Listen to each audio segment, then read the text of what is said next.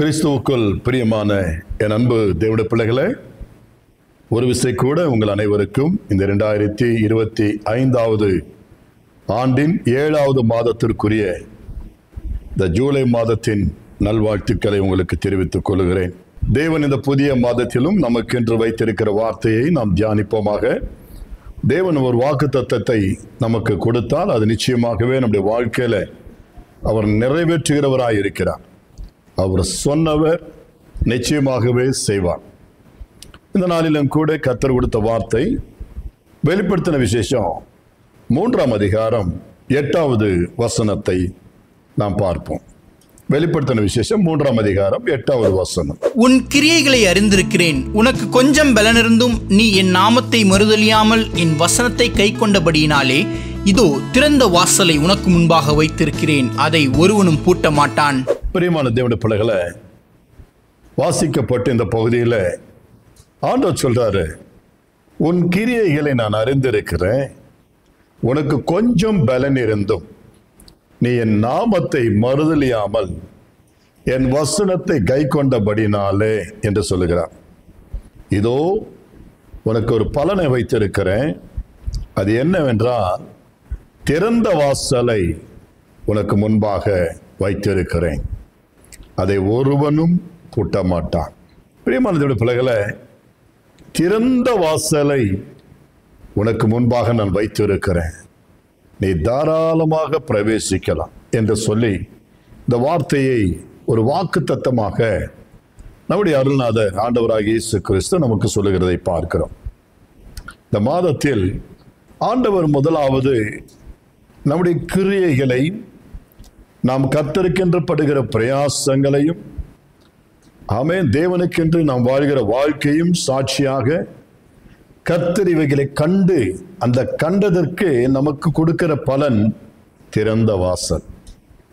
ஆண்டவர் சொல்றாரு, கொஞ்சம் பலன் இருந்தும் நீ ஒரு பலவீனன், நீ ஒரு சுகவீனன், விசுவாசிக்க பலன் இல்லை, அற்ப விசுவாசத்தோடு வாழ்ந்து கொண்டிருந்தும் அந்த நிலையிலும் கூட என்னை மறுதலியாமல், என்னை ஒருபோதும் அசட்டை பண்ணாமல், என்னை நேசிக்கிறபடினால, என் வசனத்தை நீ கை கொள்ளுகிறபடினால, நான் கூறும் வார்த்தைகள் எல்லாவற்றையும் நீர் ஏற்றுக்கொள்ளுகிறபடினால, என்னை மறுதலியாமல், எந்த சூழ்நிலையிலும் இயேசுவை நான் அறியேன் என்று சொல்லாமல், இயேசுவுக்கும் எனக்கும் எந்த தொடர்பில்லை என்று சொல்லாமல், தேவாலயத்திற்கும் எனக்கும் எந்த விதமான சம்பந்தம் இல்லை, பங்கும் இல்லை என்று சொல்லி மறுதலியாமல் இருக்கிறபடினால, எனக்கு அருமையான மகனே மகளே, இந்த 7வது மாதத்தில் நான் உனக்கு முன்பாக இதோ திறந்த வாசலை வைத்திருக்கிறேன் என்று சொல்லி தேவன் நமக்கு முன்பாக நம்முடைய வாழ்க்கையில் அநேக காரியங்களை திறக்கிறவராய், திறக்க போகிறவராய் வாக்குத்தத்தம் பண்ணுகிறதை பார்க்கிறோம். வேதத்திலும் கூட சில சம்பவங்களை உங்களுக்கு முன்பாக சொல்லி தேவாசிரியத்தோடு நான் முடிக்க விரும்புகிறேன்.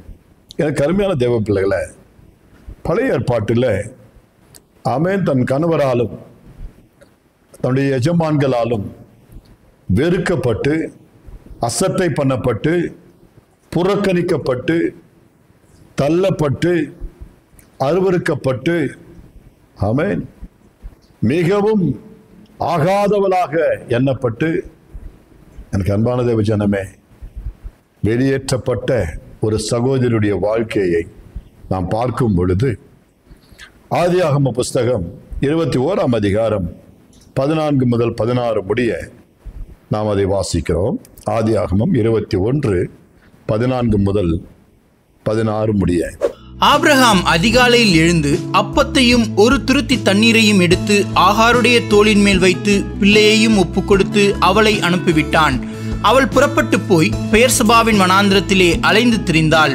துருத்தில் இருந்த தண்ணீர் செலவழிந்த பின்பு அவள் பிள்ளையை ஒரு செடியின் கீழே விட்டு, பிள்ளை சாகிறதை நான் பார்க்க மாட்டேன் என்று எதிராக அம்பு பாயும் தூரத்திலே போய் உட்கார்ந்து சத்தமிட்டு அழுதாள். பார்த்தீர்களா? தள்ளப்பட்ட சகோதரியுடைய வாழ்க்கை. ஆகார் என்கின்ற அந்த சகோதரி ஆபிரகாமுடைய மனைவியாலே கொடுக்கப்பட்ட ஒரு சகோதரி. நாம் இங்கே நிலைமை வாசிக்கும் பொழுது தேவன் அந்த மகளை ஆசீர்வதித்த நிமித்தமாக, ஒரு குழந்தை பாக்கியத்தை உண்டாக்கினது நிமித்தமாக, சாராளுக்கு குழந்தை பாக்கியம் இல்லாதது நிமித்தமாக அவர்கள் இருவருக்குள்ளே மனஸ்தாபங்கள், பிரச்சனைகள், பரியாசங்கள் ஏற்பட்டதுனால அந்த சாராள் தன்னுடைய எஜமானாகிய ஆபிரகாமை பார்த்து சொல்லுகிறார், இந்த பெண்ணை, இந்த ஆகாரை நீ தயவு செய்து வீட்டை விட்டு விரட்டு என்று சொல்ல ஆபிரகாம் அப்படியே செவி கொடுக்கிறான். ஆபிரகாம் அதிகாலையில் எழுந்திருந்து ஒரு அப்பத்தையும் ஒரு துருத்தி தண்ணீரையும் கொடுத்து அந்த மகளை வெளியே அனுப்புகிறதை பார்க்கிறோம். அந்த மகள் பெயர்செபா என்ற இந்த வனாந்தரத்திற்குள் போய் ஆள் நடமாட்டம் இல்லாத இடத்திலே அலைந்து திரிந்து கொண்டிருந்தாளாம். எந்த ஆதரவும் இல்லாமல், எந்த விதமான அரவணைப்பும் இல்லாமல், விசாரிப்பார் இல்லாமல், பரிதாபமான ஒரு நிலையில அந்த அன்பு சகோதரியும் மற்றும் அவருடைய குழந்தையும் பிள்ளையும் பரிதாபமாக சுற்றி திரிந்து கொண்டிருந்தார்கள். அங்கே நடந்த சம்பவம் என்ன? அப்படியா இருந்த வேளையில இந்த ஆபிரகாமால் கொடுக்கப்பட்ட அப்பம் தீர்ந்து விட்டது, தண்ணீரும் செலவழிந்தது என்று சொல்லி வாசிக்கிறோம். அப்பமும் முடிந்தது, தண்ணீரும் செலவழிந்து போயிற்று.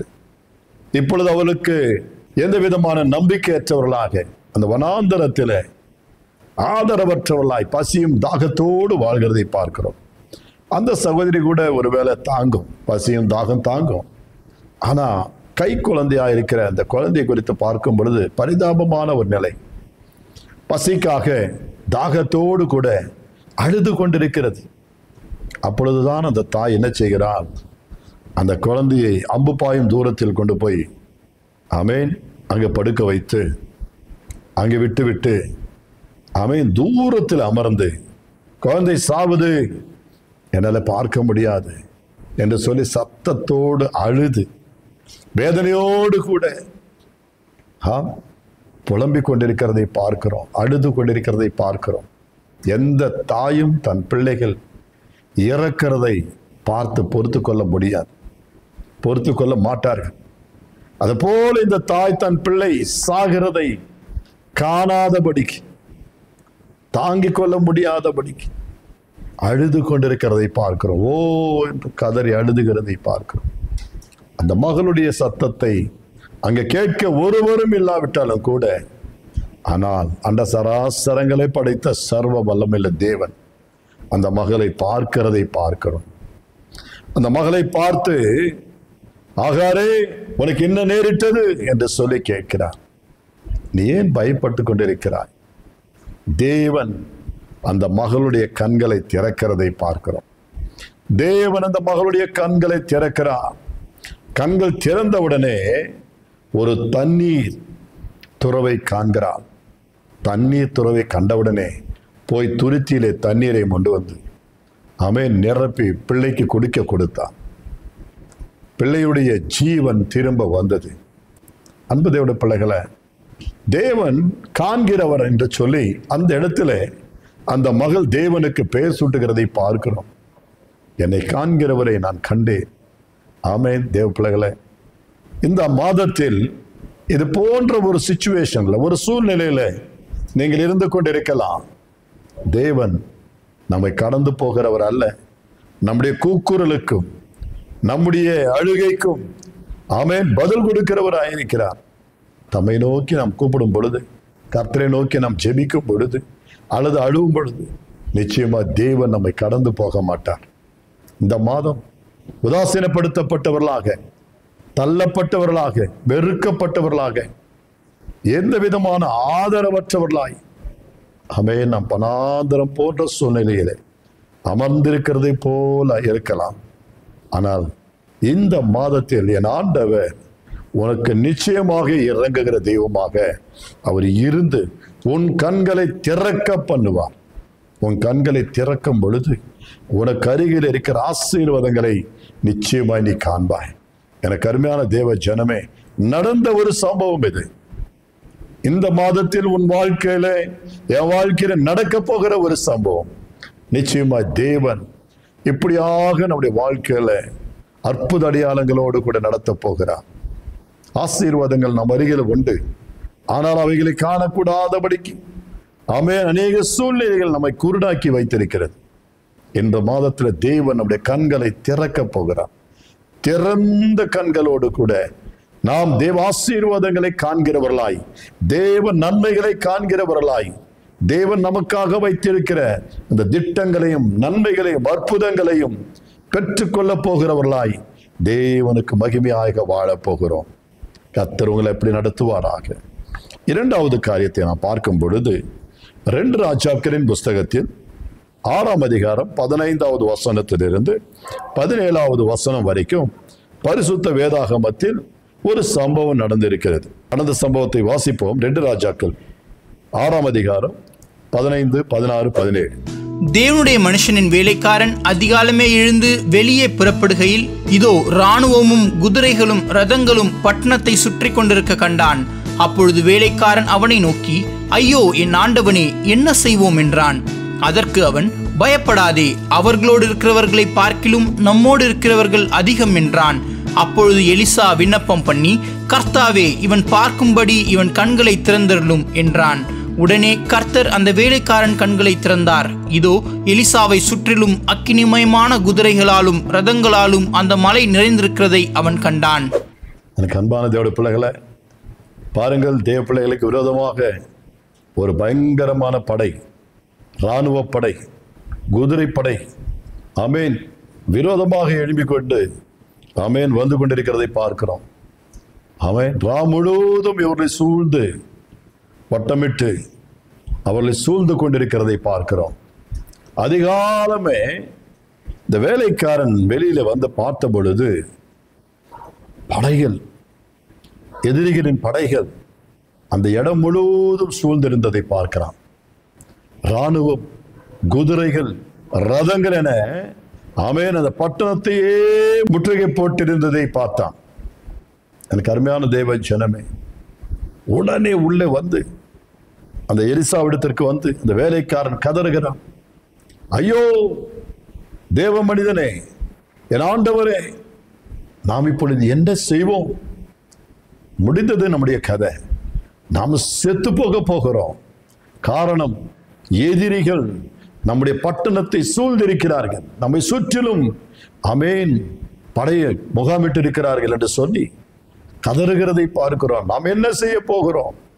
நீங்க என்ன செய்ய போறீங்க என்று சொல்லி கலக்கத்தோடு கதிகலங்கிறவனாய் கதறிக்கொண்டிருக்கிறதை பார்க்கிறோம். அப்பொழுது அந்த எலிசா தேவ மனிதன் சொல்லுகிறார் இந்த வேலைக்காரனை பார்த்து, நீ ஏன் பயப்படுகிறாய்? அவர்களோடு கூட இருக்கிற ஆமென் அந்த எதிரிகளை பார்க்கிறோம், அந்த அரசனோடு இருக்கிற, நமக்கு விரோதமாய் படையெடுக்கிற அரசனோடு இருக்கிற படைகளை பார்க்கிறோம், நம்மோடு இருக்கிறவர்கள் அதிகம் அதிகம், இன்னும் திரளானவன் படைகள் ரதங்கள் நம்மை சூழ்ந்திருக்கிறது என்று சொல்லும் பொழுது அவனால் நம்ப முடியல. இந்த வேலைக்காரன் நம்ப முடியல. ஏனென்றால் அவன் பார்க்கிறதெல்லாம் கூட எதிரி படையை பார்க்கிறான், அந்த இராணுவத்தை பார்க்கிறான். சுற்றிலும் அவர்களுக்கு அவர்களை சூழ்ந்திருக்கின்ற முகாமிட்டிருக்கின்ற அந்த படைகளையும் ரதங்களையும் இராணுவத்தையும் பார்த்து நடுங்கிக் கொண்டிருக்கிறான். எனக்கு அருமையான தேவ ஜனமே, அப்பொழுது ஆமென் இந்த தேவ மனிதர், இந்த எலிசா என்ற தேவ மனிதர் கர்த்தரை நோக்கி ஜெபிக்கிறார். ஆண்டவரே, இவனுடைய கண்களை திறந்தருளும் அப்பா, இவன் பயந்திருக்கிறான், நடுங்கிக் கொண்டிருக்கிறான். இதோ இந்த அரசாங்கத்தினுடைய உலக பிரகாரமான படைகளை பார்த்து, எம்மைக்குரிய இராணுவத்தை பார்த்து, மனித பலத்தை பார்த்து பயந்து போயிருக்கிறான். கண்களை திறந்தருளும் ஆண்டவரே என்று சொல்லி அவனுக்காக ஜெபித்த பொழுது, கடவுளை நோக்கி வேண்டுதல் செய்த பொழுது தேவன் அவன் கண்களை திறந்தார். கர்த்தர் அவனுடைய கண்களை திறந்தபடினால அவன் பார்க்கிற காட்சி என்ன? ஆமென் அந்த மலை முழுவதுமாக தேவனுடைய குதிரைகள், தேவனுடைய அக்கினி, தேவனுடைய ஆமென் படைகளாலே சூழப்பட்டிருக்கிறதை பார்த்தான். எலிசாவை சுற்றிலும் அக்கினிமயமான ரதங்களும் குதிரைகளும் ஆமென் அந்த மலை நிறைந்திருந்ததாம். அதை பார்த்தவன் பிற்பாடு அவனுக்குள்ள ஒரு தைரியம் வருகிறது. வாவ், நம்முடைய ஆண்டவர் இவ்வளவு பெரிய அற்புதரா, நம்மோடு கூட இருக்கிறவர் இவ்வளவு பெரியவரா என்று நம்பிக்கையோடு, விசுவாசத்தோடு, தைரியத்தோடு கூட அவன் காணப்படுகிறான். ஆம், எனக்கு அருமையான தேவ ஜனமே, நமக்குள்ளே பயம், நமக்குள்ளே நடுக்கம் எப்பொழுது காணப்படும் என்றால், நம்மோடு கூட இருக்கிறவருடைய அந்த வல்லமை நாம் அறியாத வரைக்கும், நம்மோடு கூட இருக்கிற படைகளை, தேவ ராஜ்யத்திற்குரிய படைகள், தேவ ராணுவம், தேவ தூதர்கள் நம்மோடு கூட இருப்பதை நாம் காண மட்டும் நாம் பயந்து போனவர்களாய், பதறுகிறவர்களாய் காணப்படுவோம்.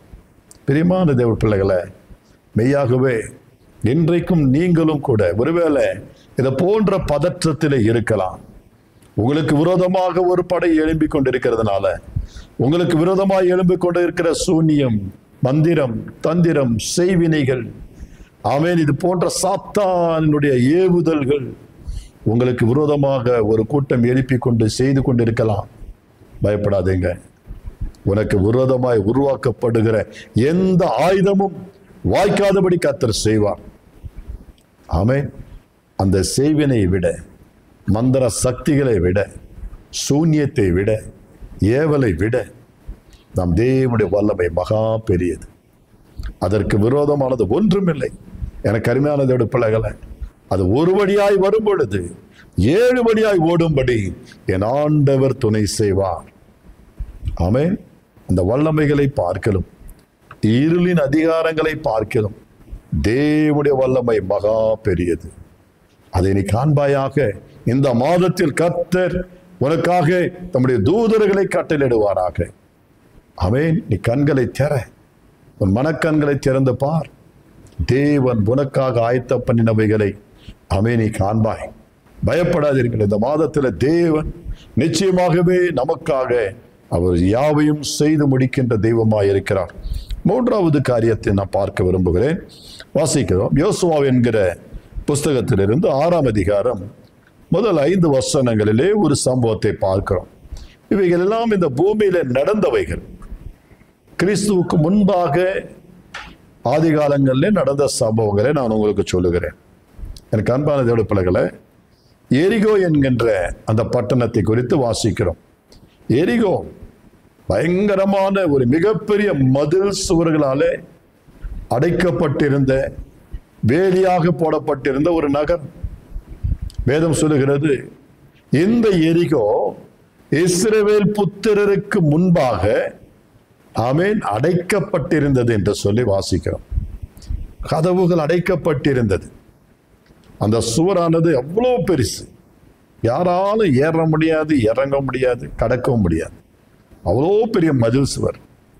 ஆனால் வேதம் சொல்லுகிறது, ஒருவரும் வெளியே வர முடியாதான், ஒருவரும் உள்ளேயும் போக முடியாது. அப்படியாக அந்த கதவுகள் அடைக்கப்பட்டிருந்த வேளையில இப்ப தேவ ஜனங்கள் அந்த வழியாய் கடந்து போக வேண்டும். தேவ பிள்ளைகள் அந்த வழியாய் போய் தான் ஆகணும்.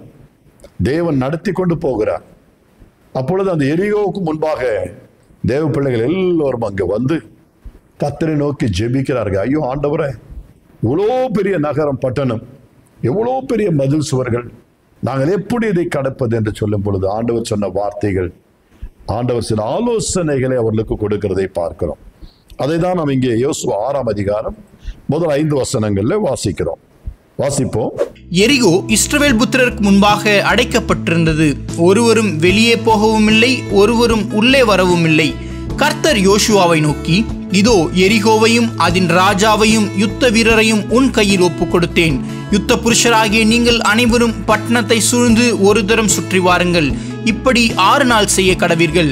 7 ஆசாரியர் பெட்டிக்கு முன்பாக 7 கொம்பு எக்காலங்களை பிடித்து கொண்டு போக வேண்டும்.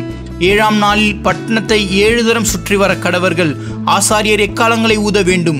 அவர்கள் அந்த கொம்புகளினால் நெடுந்தொணியிடும் போது நீங்கள் எக்கால சத்தத்தை கேட்கும் போதும் ஜனங்கள் எல்லாரும் மகா ஆரவாரத்தோடே ஆர்ப்பரிக்க கடவர்கள். அப்பொழுது பட்டணத்தின் அலங்கம் இடிந்து விழும். உடனே ஜனங்கள் அவரவர் தங்களுக்கு நேராக ஏற கடவர்கள் என்றார்.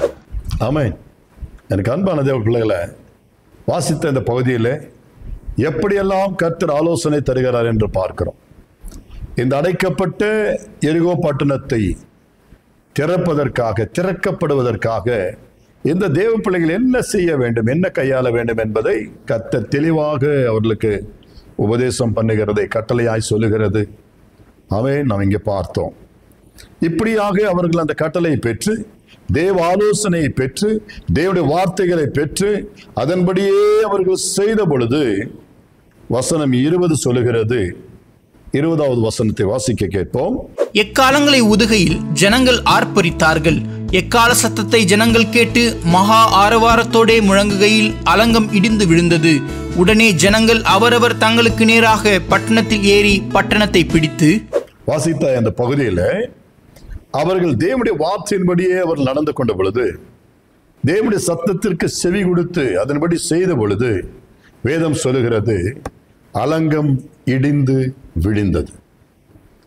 அலங்கம் இடிந்து விழுந்தது. தானாகவே இடிந்து விழுந்து போச்சுங்க. தேவனுடைய வல்லமை, அவர்கள் தேவனுடைய வார்த்தையின்படி நடந்தபடினால, தேவனுடைய சத்தத்திற்கு செவி கொடுத்து அவர்கள் கீழ்ப்படிந்து நடந்ததுனால, செய்ததுனால அந்த எரிகோ பட்டணமானது தரைமட்டமாக்கப்பட்டது. தேவ ஜனங்கள் விடுதலையோடு கடந்து போக நேரிட்டது. என்றைக்கும் கூட நம்முடைய வாழ்க்கையில, ஒருவேளை உங்களுடைய வாழ்க்கையில கூட அநேக காரியங்கள் அடைக்கப்பட்டிருக்கலாம். நீங்கள் முன்னேறி செல்லக்கூடாதபடிக்கு,